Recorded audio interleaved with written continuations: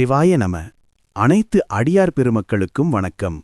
இந்த வாக்கு உரையானது கடந்த 23/12/2025 அன்று இலங்கை கீரிமலையில் நடந்த சிவபுராண கூட்டுப் பிரார்த்தனையில் அகத்திய பெருமானால் உரைக்கப்பட்டது.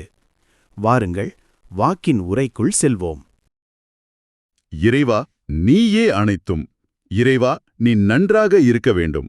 அன்னை ஸ்ரீ லோபாமுத்ராவுடனுரை தந்தை அகத்திய மாமுனிவர் திருவடிகளை பணிந்து, ஈரேழு உலகத்தையும் காத்தருளக்கூடிய அன்னை ஸ்ரீ உண்ணாமலை அம்மையுடனுரை தந்தை அண்ணாமலையார் பொற்கமலத்தை பணிந்து இந்த பதிவினை வெளியிடுகின்றோம். வணக்கம். மகா சித்தர்களின் ஞான உரைகளை கேட்கிற பாக்கியம் பெற்ற புண்ணிய ஆத்மாக்களே, உங்க எல்லாருக்கும் எங்களுடைய நல்வரவு. உண்மையிலே இந்த தெய்வீக செய்தியை நீங்க கேட்க ஆரம்பிச்சாலே போதும், உங்க வாழ்க்கையில நல்ல விஷயங்கள் நடக்க தொடங்கும்னு சித்தர்களே சொல்லியிருக்காங்க. இன்னைக்கு நாம சித்தன் அருள் வலைப்பதிவு மூலமா பெருமதிப்பிற்குரிய அகத்திய மாமுனிவர் உலகத்துக்கு அருளின ஒரு மிக முக்கியமான எச்சரிக்கையை பத்தி தான் ஆழமா பார்க்க போறோம். ஆமா, வரப்போற பிரபஞ்ச மாற்றங்கள், அதனால மனிதகுலத்துக்கு என்ன பாதிப்புகள் வரலாம், அப்புறம் அதுலேருந்து நம்மள காத்துக்க சித்தர்கள் சொல்ற வழிகள் என்னென்ன, இதையெல்லாம் தெரிஞ்சுக்கிறது தான் இந்த உரையாடலோட நோக்கம். அருமை. இதை கேட்கும் போதே ஒரு தெளிவு படக்கும்னு நம்புறேன்.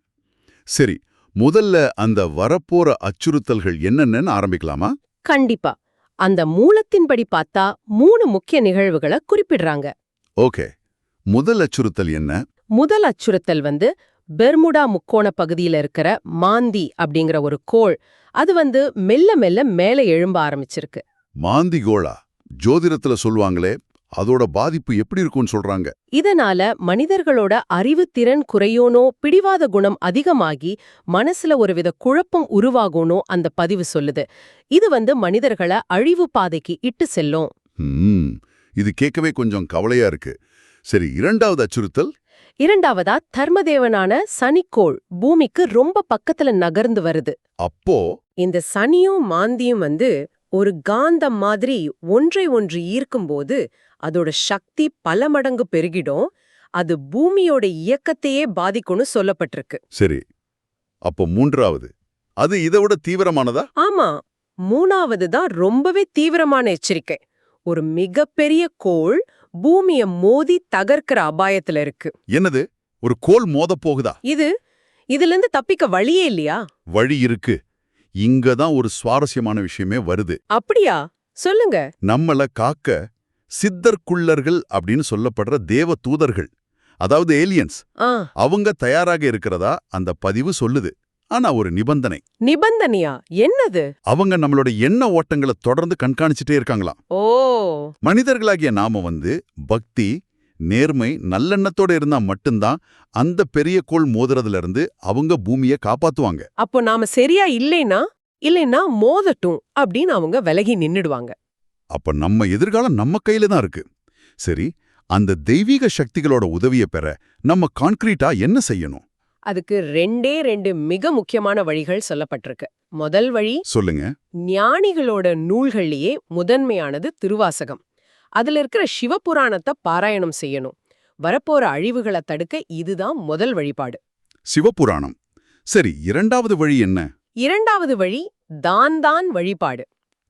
தான் வழிபாடு அப்படின்னா கொஞ்சம் விளக்க முடியுமா? அதாவது அவரவர் அவங்கவங்க வீட்ல தனிப்பட்ட முறையில ரொம்ப உண்மையோடும் நேர்மையோடும் மனமுருகி வழிபாடு செய்யறது. ஓ, பாக்கக்காக இல்லாம உண்மையா நாமளே செய்யற வழிபாடு. அதேதான். நம்ம வழிபாடு உண்மையா இருந்தா மட்டும்தான் மேல இருக்கிற சக்திகள் உதவிக்கு வரும்னு அதுல ஆணித்தரமா சொல்லியிருக்கு. நம்மளோட எதிர்காலங்கிறது வெறும் கோள்களோட கையில மட்டும் இல்ல, நம்ம எண்ணங்கள், நம்மளோட நேர்மை, நம்ம வழிபாடு இதுல தான் இருக்கு. ரொம்ப சரியா சொன்னீங்க. இது மனித குலத்துக்கான ஒரு உலகளாவிய செய்தி. இத உங்களுக்கு தெரிஞ்ச எல்லாருக்கும் கொண்டு சேர்க்கிறது ரொம்ப அவசியம். ஆமா அன்பர்களே, இந்த செய்திக்கு பதிப்புரிமையோ எதுவும் கிடையாது. இது எல்லாருக்கும் பொதுவானது. தயவு செஞ்சு இத வாட்ஸ்அப், ஃபேஸ்புக், இன்ஸ்டாகிராம்னு எல்லா சமூக ஊடகங்கள்லயும் நீங்க தாராளமா பகிருங்க. இந்த தெய்வீக வழிகாட்டுதலை மொத்தவங்களுக்கு கொண்டு சேர்க்கிறது மக்களுக்கு ஒரு நல்ல வழியை காட்டுற மாதிரி. இது உங்களுக்கு முதல் தர உயர் புண்ணியத்தை பெற்றுத்தரும்னு சித்தர்களே வாக்குறுதி கொடுக்கறாங்க. சித்தர்களோட இந்த ஞான உரையை இவ்ளோ பொறுமையா கேட்டவங்க எல்லாருக்கும் எங்களுடைய மனமார்ந்த நன்றிகள். ஓம் அன்னை ஸ்ரீ லோபாமுத்ரா உடனுரை தந்தை அகத்திய மாமுனிவர் திருவடிகளில் சமர்ப்பணம். சர்வம் சிவார்ப்பணம்.